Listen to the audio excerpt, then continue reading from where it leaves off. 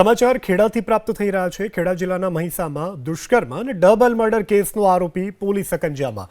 23 એપ્રિલે મહીસાના સીમ વિસ્તારમાંથી યુવક અને યુવતીની હત્યા કરાયેલ મૃતદેહ મળી આવ્યો હતો।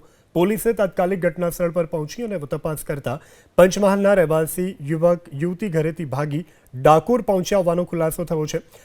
આશરો આપવાની લાલચમાં પ્રકાશ નીનામા નામનો આરોપી યુવક અને યુવતીને મહીસા ગામના સીમ વિસ્તારમાં લઈ ગયો, જ્યાં મોડી રાત્રે આરોપી પ્રકાશે બોથડ પદાર્થ મારી અને યુવકની હત્યા કરી। બાદમાં યુવતી પર વાર કરી અને યુવતીને બેભાન કરી। બેભાન અવસ્થામાં જ આરોપી યુવકે યુવતી ઉપર દુષ્કર્મ આચર્યું। બાદમાં ગુપ્ત ભાગે ગંભીર ઇજા પહોંચાડીને યુવતીની પણ હત્યા કરી નાખી। ખેડા જિલ્લા એલસીબી, એસઓજી અને મહુધા પોલીસની અલગ અલગ 10 જેટલી ટીમોએ સીસીટીવીના આધારે આરોપી પ્રકાશ નીનામાને ખીજલપુર ગામમાંથી ઝડપી પાડ્યો છે। આકરી પૂછપરછમાં આરોપી પ્રકાશે પોતાનો ગુનો કબૂલ્યો છે। ધરપકડ બાદ પોલીસે આરોપીને કોર્ટમાં રજૂ કરીને 8 દિવસના રિમાન્ડ મેળવ્યા છે। રિમાન્ડ દરમિયાન મહુધા પોલીસે આરોપીને ઘટના સ્થળ પર લઈ જઈને રિકન્સ્ટ્રક્શન કર્યું છે।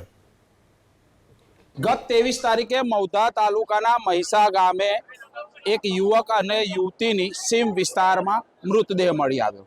કહી શકાય મૃતદેહ એવી હાલતમાં હતો કે પોલીસ સૌપ્રથમ જોઈ અને ચોંકી ઉઠી હતી, પરંતુ પોલીસે ગણતરીના કલાકોમાં અલગ અલગ 10 ટીમો બનાવી ગણતરીના કલાકોમાં જ આરોપીને પકડી લીધો। કહી શકાય કે અત્યારે આ જે આરોપી દેખાઈ રહ્યો છે તે આરોપી છે જેને 2 લોકોની હત્યા કરી। કહી શકાય કે જે આરોપી છે તેના કોન્ટેક્ટમાં આવ્યો। કહી શકાય કે યાત્રાધામ ડાકોરમાં યુવક અને યુવતી આવી ગયા હતા, ત્યારબાદ આ આરોપીના કોન્ટેક્ટમાં આવ્યા અને આરોપીએ આશરો આપવાની બહાને આ જે યુવક અને યુવતીને અહીં આગળથી લઈ ગયો।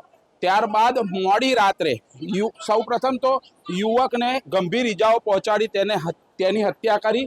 ત્યારબાદ જે યુવતી હતી તે યુવતીને માથાના ભાગે ઈજાઓ પહોંચાડી બેભાન કરી અને તેની સાથે દુષ્કર્મ આચર્યું। બીજી તરફ વાત કરવામાં આવે દુષ્કર્મ આચર્યા બાદ જે યુવતી હતી તે યુવતીને જે રીતના એના ગુપ્ત ભાગોમાં ગંભીર ઈજાઓ પહોંચાડી હત્યા કરી।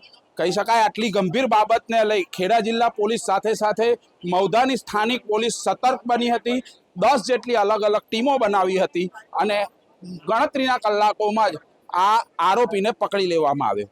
બીજી તરફ વાત કરવામાં આવે આ આરોપી સીસીટીવી કેમેરામાં આવ્યો અને જે યુવક અને યુવતી હતા તેને પોતાના વ્હીકલ ઉપર અહીં આગળથી લઈ જતા દેખાયો અને પોલીસને પહેલી કડી મળી અને કડી મળ્યા બાદ પોલીસે તેની ધરપકડ કરી। વધુ પૂછતાછમાં આરોપી પડી ભાગ્યો અને તમામ ગુનો કબૂલી લીધો। જલ્પેશ પટેલ, એબીપી અસ્મિતા, ડાકોર।